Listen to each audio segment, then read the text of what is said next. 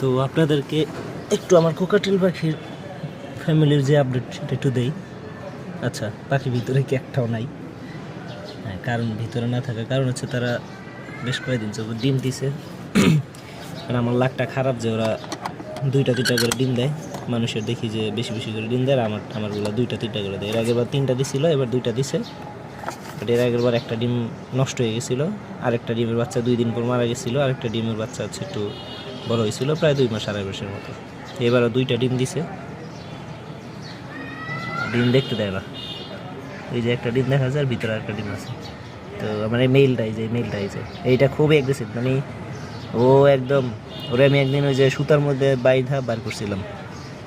আমার তো আঙ্গুল কাটছে, আমার ছোটো ভাইয়ের আঙ্গুল কাটে রক্ত বের করে ফেলছে, এমন মানে কামড় দেয় জোরে। আর ফিমেলটা তো আছেই, খালি ভয় পায়, মেয়ে মানুষ কিছু বলার নেই, প্রচুর ভয় পায়। এই কী হলো, ওই কি ঠান্ডা লাগছে নাকি? হ্যাঁ ঠান্ডা লাগছে রে। কি ঠান্ডা লাগছে তোমার?